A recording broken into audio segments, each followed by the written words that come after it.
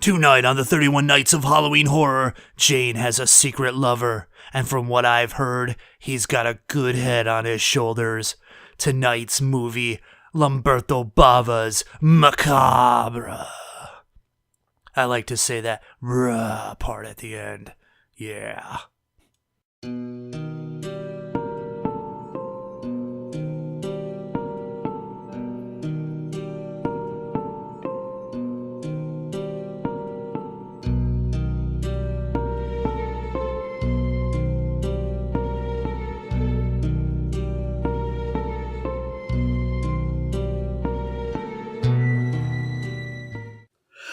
Everybody, and welcome to another episode of the 31 Nights of Halloween Horror!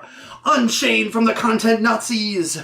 Episode number 7, yes, episode number 7, coming off of last night's 1980s slasher goodness, Slaughter High.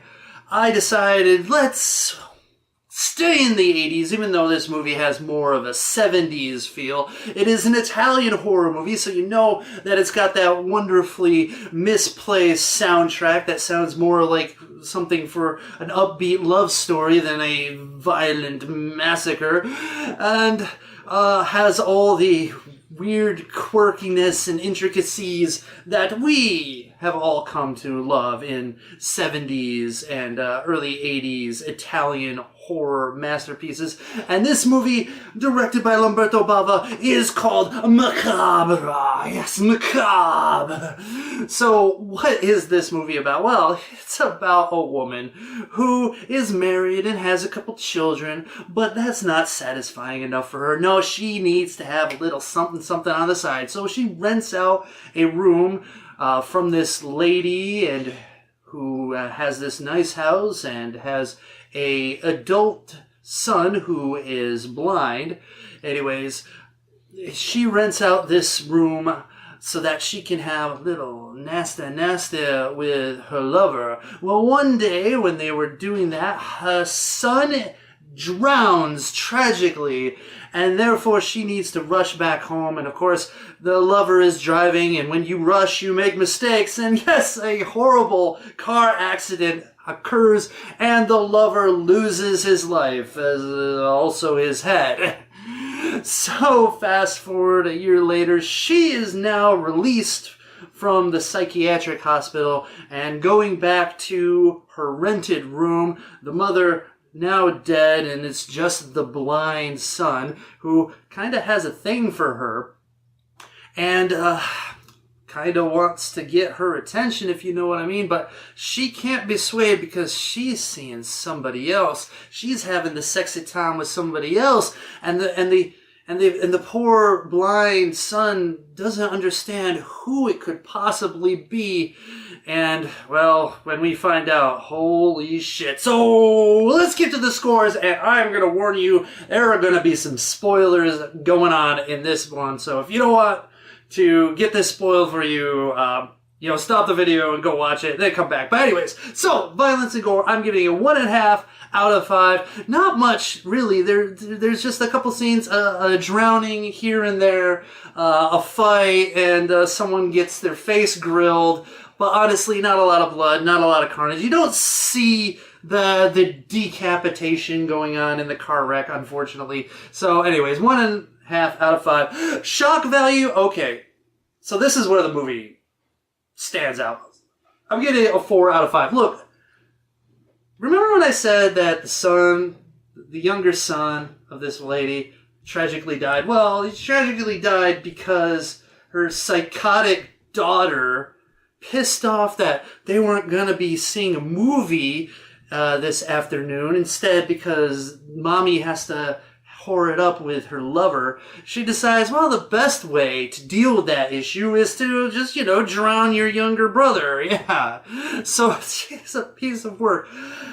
Also, the lover that she's rendezvousing in her room at every night after she gets back, after the tragic accident, after her son and her lover is dead, the one that poor blind Robert, I think his name is Robert, is wondering what's going on up there. Well, apparently she's got the severed head of her lover locked in a freezer, and every night she makes sweet, passionate love to it.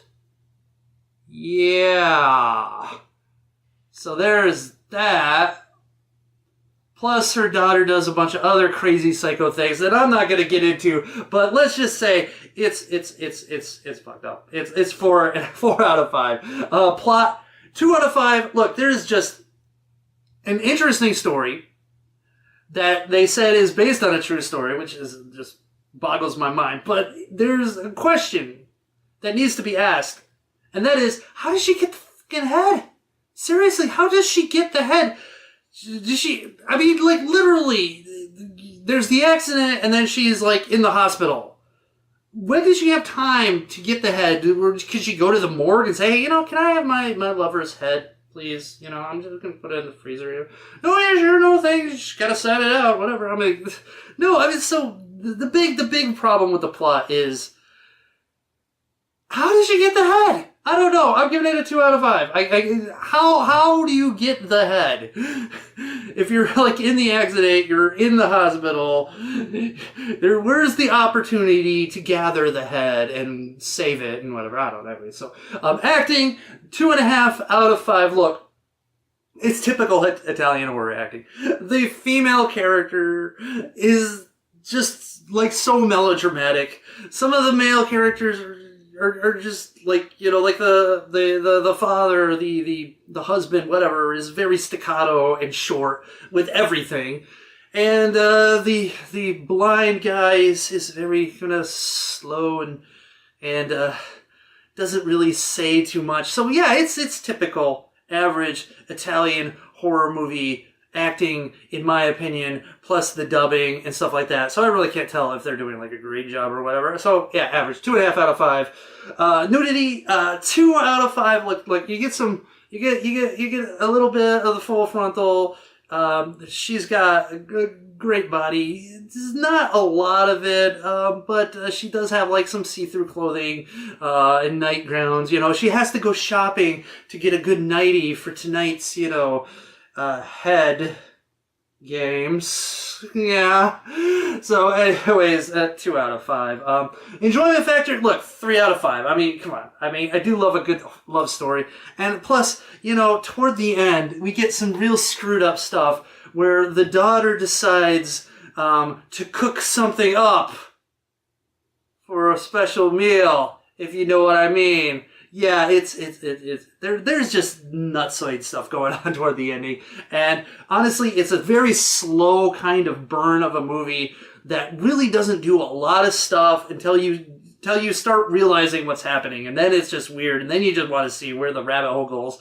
And it goes into shit crazy territory. I mean, look, spoiler alert, in the end, she ends up killing some people, and usually, in the house with the dead people, she thinks she killed them anyways, you would think that, okay, it's time to leave. It's time to leave before the cops show up. No, you know what time it is? It's time to get undressed and have sex with my lover's decapitating, decomposing skull head thing. Yeah, because that's what normal people do. But then again, I guess we pass normal. So anyways, 3 out of 5. My overall impression is 3 out of 5. Look, the movie is about the shock factor, and it has a shock factor of just what in the world is going on. It's unbelievable. It's fantastical. And there's actually a pretty good jump scare at the end that you didn't even see coming. It just came out of nowhere, and you're like, what? Impossible. And then they give you this like spiel about it being like based on a true story, which is like also fantastical and crazy. Whatever. Anyways, 3 out of 5. Overall impression, that averages out to be a 2.6 out of 5. Like, that's okay. It's okay. But that is the movie Macabre. Oh my gosh. It's basic and kind of slow and not a lot happens, but the context and what's going on and what you find out and when you see and things just go freaking sideways crazy after that. I mean, it's not action-packed. Some people might say it's a little slow, and it's all about just the what the fuck. That's what it's all about. So anyway, so there you have it. Macabre. Have you seen it? Tell me what you think. Leave it in the comment section. Give me a thumbs up. This is the second time I've had to record this because the first one just went like super long and it killed the battery on my camera. So, oh my god.